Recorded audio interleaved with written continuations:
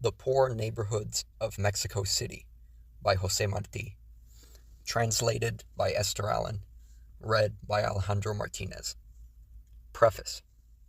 During the 2 years Martí spent in Mexico City, 1875 to 77, he consolidated his reputation as a writer and orator, contributing numerous articles to Mexican newspapers, especially El Universal, delivering the fiery speeches for which he was already renowned, and enjoying some success as a playwright. In this article, he evinces the outspoken critical spirit that would eventually make Mexican dictator Porfirio Diaz, and in succeeding years the dictators of both Guatemala and Venezuela, pressure him to leave. End of preface.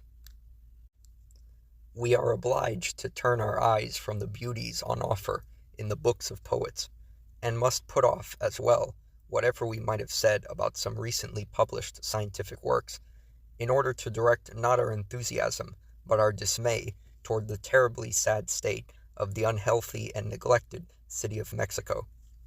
Strange it seems that there should be poets at all in our imperturbable municipality.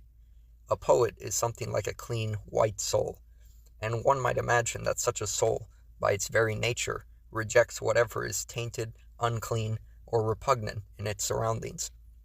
Agapito Silva publishes his poetical thoughts in El Porvenir, but how can he think poetically in this foul and contaminated atmosphere? And how can Eduardo Zarate fail to be appalled that the pure wings of his muse, elegantly outspread in the Book of American Poets that José Domingo Cortés has just published in Paris, are being dragged and defiled across the muddy and wretched streets of Mexico? Clean thoughts have need of clean surroundings. The delicate spirit is upset by any grossness of form or concept, and to turn from individual entities to the impassive city itself, we would have good reason to resort to the crude and demanding language of the law. The councilmen do not go to City Hall simply in order to grace the city with the calm of their magnificent persons. City Hall is a test of public men. Those who handle public funds have a duty to make useful, visible, and fully transparent employment of them, for doltishness is no longer the right of anyone who has had a sufficient concept of himself to aspire to public office. Since City Hall has been entrusted with the means to make the dense and pernicious atmosphere of Mexico City breathable, the municipal corporation is very much obliged to attend to the primary interests that it has taken in charge, all the more so given the special care it must take to avoid being perceived as having neglected to carry out its mission, because that mission was unpaid and therefore fruitless. A city demands something more of its citizens than the hollow vainglory of calling themselves councilmen. It asks imperiously for neatness and cleanliness.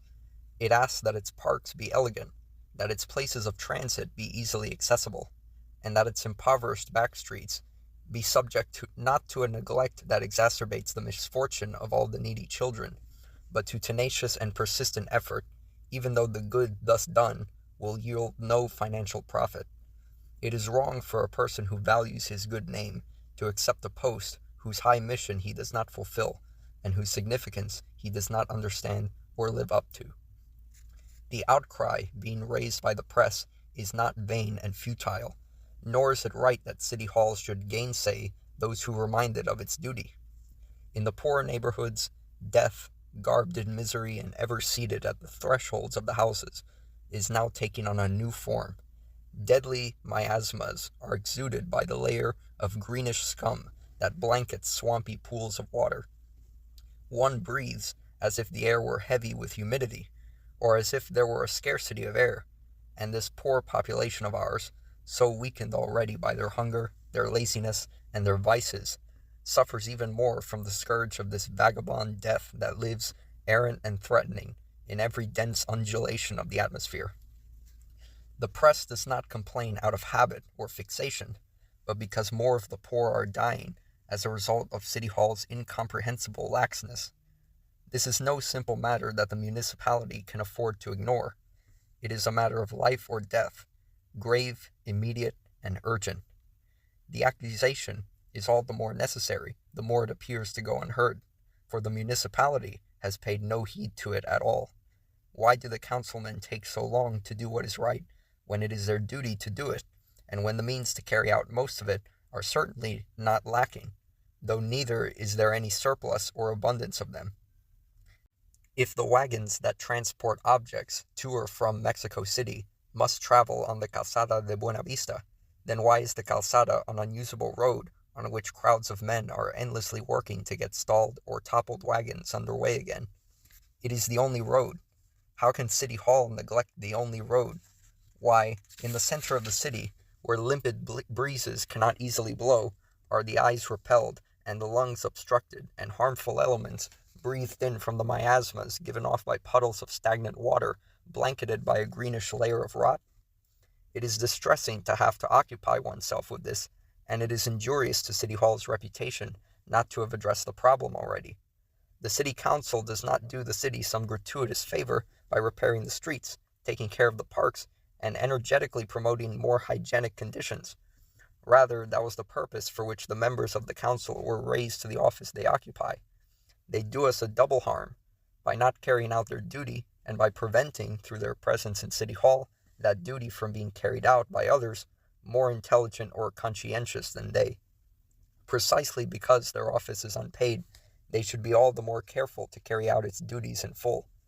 Since the populace entrusts them with funds whose employment cannot easily be scrutinized, the members of the City Council, arbiters and handlers of these public funds, should be at pains to display to everyone that they have responded with interest and zeal to the public confidence of which, on election day, they claim to be worthy. For how could anyone who, out of laziness or doltishness, did not strive for or understand all the good he could achieve, ever aspire to public office again? Do the city councilmen fail to understand that precisely because their services are unpaid, they must take care to show that the lack of remuneration does not make them slow, neglectful, and wayward in their work? For did they not seek the office to which the public vote has elevated them? How can they make a show of not being concerned by the public's reproaches?